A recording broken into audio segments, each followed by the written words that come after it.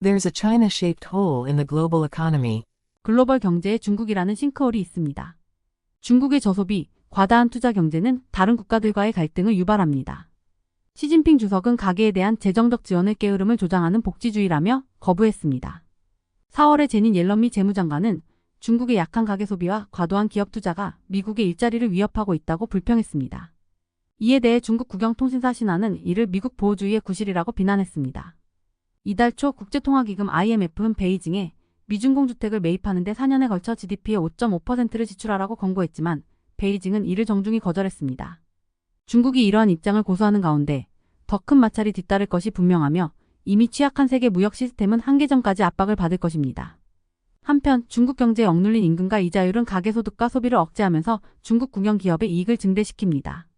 지방정부의 제한된 과세 권한은 이들이 제조업과 인프라를 위해 토지를 매각하여 수익을 올리도록 강요하며 이는 투자를 더욱 증가시키는 결과를 초래합니다. 10년 전 중국의 고위정책 이반자들은 서방 경제학자들의 관점을 공유하며 거시적 차원에서 중국이 투자에서 소비로 균형을 재조정해야 한다고 인식했습니다. 2013년 집권 공산당은 앞으로의 성장은 시장의 힘과 소비자에 의존할 것이라고 선언했습니다. 그러나 시진핑 주석의 정책은 반대 방향으로 나아갔고 소비는 여전히 약세를 보이는 반면 국가의 경제 통제는 강화되었습니다. 시진핑은 개혁가들을 충성파로 교체했으며 이들은 전체적인 성장보다는 특정 부문 목표에 더 집중하고 있습니다.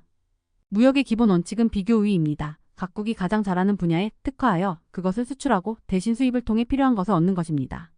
시진핑 주석은 이 원칙을 거부합니다. 독립과 자립을 추구하면서 그는 중국이 가능한 한 많이 생산하고 가능한 한 적게 수입하길 원합니다. 중국 당국자들은 중국이 유엔의 모든 산업제품 카테고리를 생산하는 유일한 국가라고 자랑합니다. 중국은 전기차와 반도체와 같은 첨단 제품을 목표로 하면서도 저가 제품에서 시장 점유율을 포기하지 않습니다. 시진핑 주석은 관료들에게 낡은 것을 깨기 전에 새로운 것을 확립하라고 지시했다고 보도했습니다. 그 결과 로디움 그룹은 중국이 신흥 국가들에 대한 수출 시장으로서의 기회를 줄이는 한편 저기술 및 중기술 분야에서 신흥 국가들과 정면으로 경쟁하고 있다고 주장합니다. 한때 중국을 고객으로 여겼던 나라들은 이제 중국을 경쟁자로 보고 있습니다.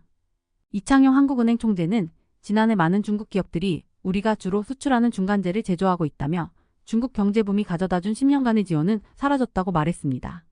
멕시코 재무장관 로엘리오 라미레스 대 라호는 지난달 중국은 우리에게 제품을 판매하지만 우리에게서 구매하지 않는다. 이는 상호 보완적인 무역이 아니다고 불평했습니다. 다른 국가들은 이제 조치를 취하고 있습니다. 멕시코, 칠레, 인도네시아, 터키는 모두 올해 중국에 대한 관세를 발표했거나 고려 중이라고 밝혔습니다. 이번 주 캐나다는 중국산 전기차, 철강, 알루미늄에 대한 새로운 고유 관세를 발표했으며 이는 이미 미국이 발표한 관세와 일치합니다. 그러나 세계는 아직까지 중국의 저소비 문제에 대한 통일된 해결책을 찾지 못하고 있습니다. 이는 중국이 무역의 기본 원칙을 깨는 문제의 사실을 인정하지 않기 때문입니다.